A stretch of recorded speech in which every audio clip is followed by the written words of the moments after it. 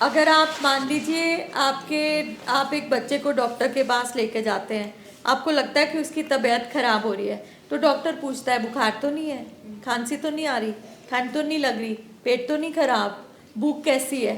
बिल्कुल उसी तरह से दिमागी बीमारियों के भी लक्षण होते हैं।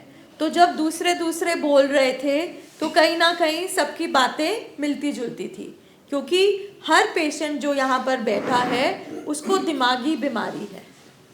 यानी कि जब दिमाग बीमार हो जाता है, जब दिमाग जो शरीर का हिस्सा है ठीक तरह से काम नहीं करता है, तो इस तरह के लक्षण आ जाते हैं। ठीक है, तो यहाँ पर बैठ के हम ये सीखते हैं और मानते हैं कि ये बीमारी है।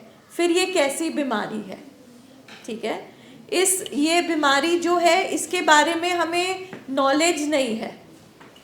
सोसाइटी में आमतौर पे हमारी बीमारियों की बातें नहीं होती है, बल्कि इसको कहा जाता है, अगर कोई नशा करता है तो नशेड़ी कहा जाता है, उसे गंदा इंसान कहा जाता है। अगर उसको नशा नहीं करता और वो ज़रूरत से ज़्यादा शक कर रहा है या सुसाइड करने की कोशिश कर रहा है, डिप्रेशन में चला गया है, तेज़ी में चला गया है, वो उसको अपनी हेल्थ को लेकर टेंशन ही हो जा रही है कि मुझे कुछ हो रहा है, तो ये सारी चीज़ें, सारे जो लक्षण हैं, तो उनको देख के हमारी सोसाइटी में लोग कहते हैं जानबूझ के कर रहा है, किसी ने कुछ कर दिया है, कोई जादू टोना हो गया है, कोई ट्रॉमा हो गया है, कोई ऐसी चीज़ हो गई है उसके साथ में। ठीक है, यानी कि हम इसको बीमारी के दायरे में नहीं देखते। तो आप एक हॉस्पिटल में बैठे और आप एक मरीज़ को लेकर आए हो। सो हॉस्पिटल में बीमारी का इलाज होता है, तो सबसे पहली चीज़ हमें ये यहाँ पे सिखाई जाती है कि ये बीमारी है। फिर ये कैसी बीमारी है, ये प्राइमरी है। जिस तरह से कुछ लोगों की किडनी कमज़ोर होती है, कुछ लोगों की हड्डियों में प्रॉब्लम होती है, किसी का लिवर कमज़ोर होता है, उसी तरह हमारी दिमाग की बनावट और हमारा जो अपब्रिंगिंग है वो सबका अलग अलग होता है। हम अलग अलग तरीके से दुनिया को देखते हैं, हम अलग अलग तरीके से दुनिया को समझते हैं।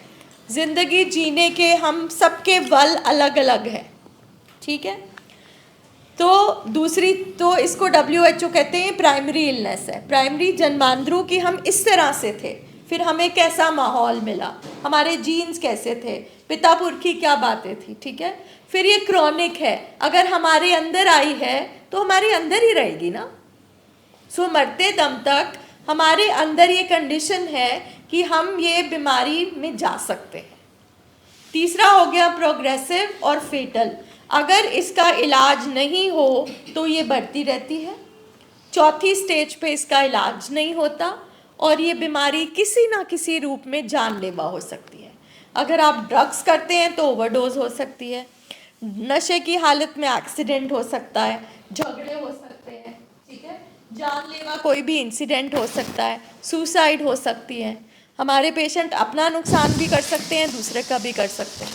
तो इसको सीरियसली लेना चाहिए। इस बीमारी के इलाज को, जैसे कैंसर की बीमारी से हम डरते हैं, TB की बीमारी से हम डरते हैं, हार्ट अटैक हो जाए तो हम बहुत डरते हैं, उसी तरह से ये दिमाग आप सोचो टूट जाता है 2 हिस्सों में।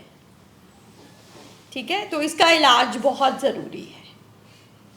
दूसरी बात, ये जो बीमारी है, जो आज हम जिस पे फोकस करने वाले हैं मेन, कि ये बीमारी में सिर्फ पेशेंट बीमार नहीं होता, जो उसके साथ रहते हैं, जो फैमिली मेंबर्स होते हैं, वो भी परेशानी में बीमार होना शुरू हो जाते हैं।